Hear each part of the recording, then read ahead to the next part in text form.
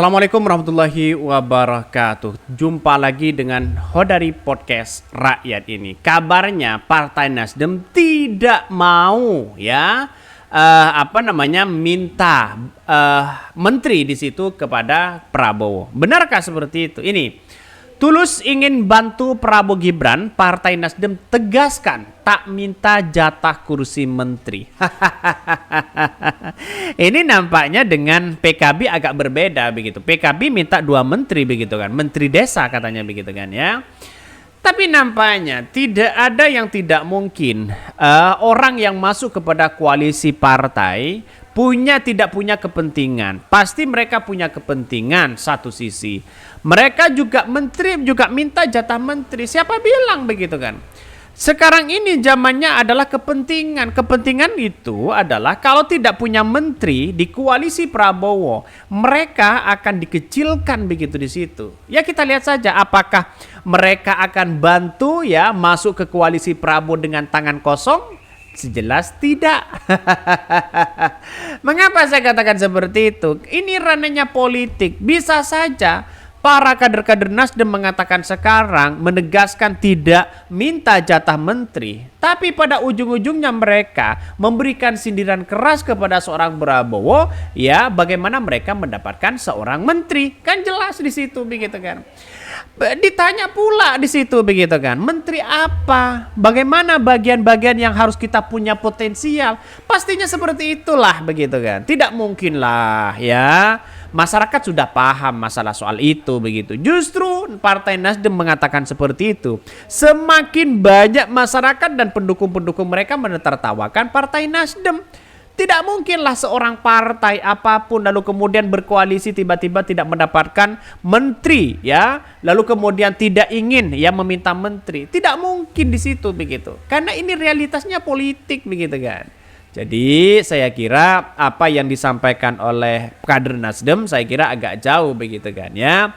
Tetapi mari kita baca terlebih dahulu komentar netizen, banyak sekali pro dan kontra.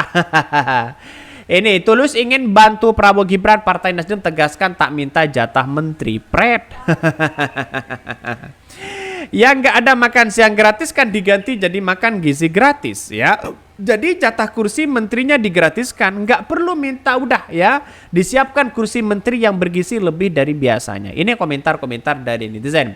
Nggak ada yang tulus dari partai pemerintahan, semua ada maunya. Sandra kasus, bagi-bagi proyek, hanya rakyat jelata yang tulus. Percuma kami joblos, semua pada direkayasa. Pret. Ini komentar dari netizen di situ begitu. Banyak sekarang, semakin banyak Pak kader-kader Nasdem mengatakan seperti itu, semakin tidak simpati masyarakat begitu kan ya. Masa secepat itu begitu? Bagaimana mungkin ya? Anies lagi memperjuangkan, tim Anies Baswedan lebih memperjuangkan di Mahkamah Konstitusi terkait dengan putusan-putusan yang ada selama ini. Di balik ini semua Partai Nasdem bertemu dengan Pak Prabowo. Enak mereka begitu kan. Bagaimana tidak sakit hati para pendukung-pendukung mereka? Secara logika seperti itu. Tapi kalau kemudian Partai Nasdem tidak meminta jatah menteri dan terbukti nantinya tidak ada kader Nasdem yang kemudian menjadi partai dari koalisi Prabowo, saya yakin dan saya yakin-yakinnya simpati orang akan berbalik kepada Partai Nasdem. Kita lihat saja begitu nantinya. Jangan-jangan hanya omon-omon doang begitu kan. Maka realitasnya adalah masyarakat jangan coba-coba dibohongi dengan soal itu. Semuanya pasti tahulah ya situasi dan kondisinya begitu. Maka dengan perkataan Partai Nasdem mengatakan bahwa tulus ingin membantu Prabowo Gibran. Tulusnya politiknya seperti apa sih ya? Tulusnya seperti apa dalam dunia politik? Maka saya katakan sejak awal, yang namanya masuk dalam dunia partai politik, yang namanya lawan, yang namanya kawan, itu tidak ada. Yang ada atas nama rasa kepentingan sendiri. Kepentingan apa? Kepentingan untuk bisa berkuasa. Kepentingan untuk apa? Kepentingan untuk bisa bagaimana mereka ya visi dan misi dalam sebuah partai itu bisa terlaksana. Ya, kita lihat saja begitu kan. Maka apa yang kemudian disampaikan dalam beberapa media mengatakan dia tulus, saya kira agak jauh begitu kan ya. Bayangkan setelah dari pencoblosan saja, ya, setelah pencoblosan saja, ketika mereka dihadapkan dengan MK, Partai Nasdem langsung melakukan manuver di situ begitu kan ya, dengan mendukung presiden terpilih yaitu Prabowo Subianto dan wakilnya Gibran Rakabuming Raka. Ini gimana coba? Lagi ada perjuangan di MK, perjuangan hak angket, perjuangan sengketa pemilu, itu sudah dipersiapkan. Tapi pada ujung-ujungnya di balik ini semua Surya Paloh enak-enaknya bertemu dengan seorang Prabowo. Jelas kan di situ begitu kan? Ya, maka hal itu tentu menjadi sorotan publik. Sebab apa? Sebab Nasdem menjadi lawan dari Koalisi Indonesia Maju di Pilpres tahun ya bulan lalu begitu kan ya. Yang menjadi menariknya di situ partai dipimpin oleh Surya Paloh itu tak minta jatah menteri sedikit pun. Kalau Pak Surya Paloh tidak meminta jatah sedikit pun, tulus mereka, ya saya apresiasi luar biasa begitu kan ya, sebagai partai yang kemudian mengusung atau mendukung Partai Nasdem ya, sejak Anies Baswedan diusung oleh Partai Nasdem. Saya apresiasi luar biasa, terima kasih begitu kan. Terima kasih. Tapi sayangnya untuk berkoalisi dalam sebuah Prabowo membantu ini membantu itu apa begitu, gunanya apa begitu kan ya. Secara garis bawahi begini saya ingin membantu Anda misalnya begitu kan ya, membantu Anda tanpa imbalan apapun. Ya udah, tanpa ambil imbalan apa. Mau nggak sekarang ini? Saya kira tidak mau begitu kan. Pasti ada imbalan ini dan itu begitu kan. Ada keringat untuk bagaimana seorang Prabowo bisa kuat di pemerintahan di situ. Ya dengan imbalannya mereka jadi menteri. Nggak tahu nanti. Ini dalam strategi politiknya.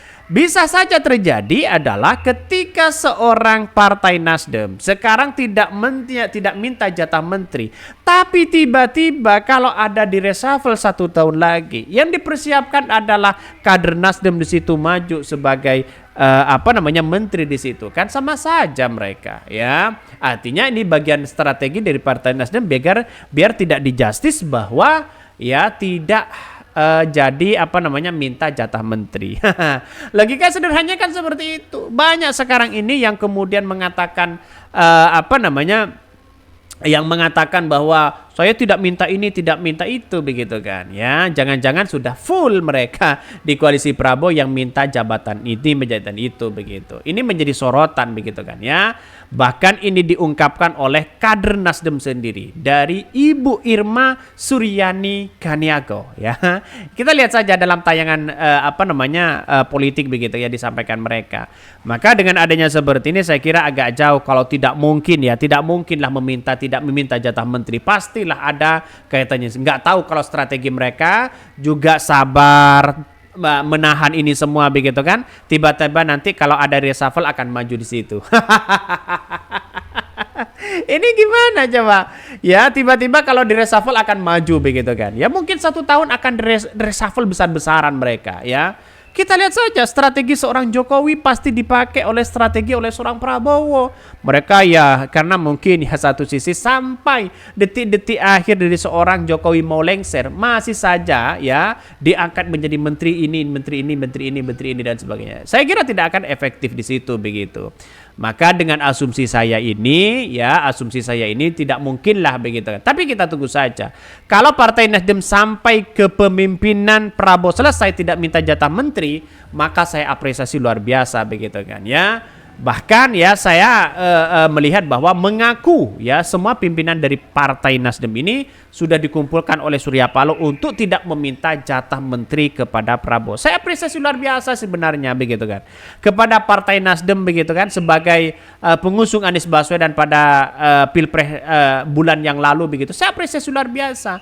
Tapi nampaknya bagi kami kalau memang benar-benar ya dan tulus mereka begitu kan ya tidak meminta jatah menteri, saya kira luar biasa begitu kan. Walaupun Pak Surya Paloh sudah mengumpulkan para kader-kader dari Partai Nasdem ini semua begitu. Tapi kita tunggu saja. Bukan tidak mungkin ini begitu kan ya. Bisa saja terjadi begitu. Ya, di kepemimpinan seorang Prabowo pasti ada reshuffle besar-besaran. Sudah pasti itu begitu kan ya. Sudah pasti. Ya nanti ketika reshuffle besar-besaran mungkin Partai Nasdem mulai nongol begitu kan. Mungkin 1 tahun lagi, mungkin setengah tahun lagi nanti begitu kan. Ya orang yang punya keringat besar pasti jadi menteri lah di situ begitu kan ya. Saya yakin itu. Tapi kan bukan tidak mungkin akan di-reshuffle. Mereka akan kecewa kepada seorang Prabowo. Mungkin itu yang kami sampaikan. Tonton terus channel Hodari Podcast Rakyat ini. Jangan lupa di subscribe channel YouTube Hodari Podcast Rakyat ini.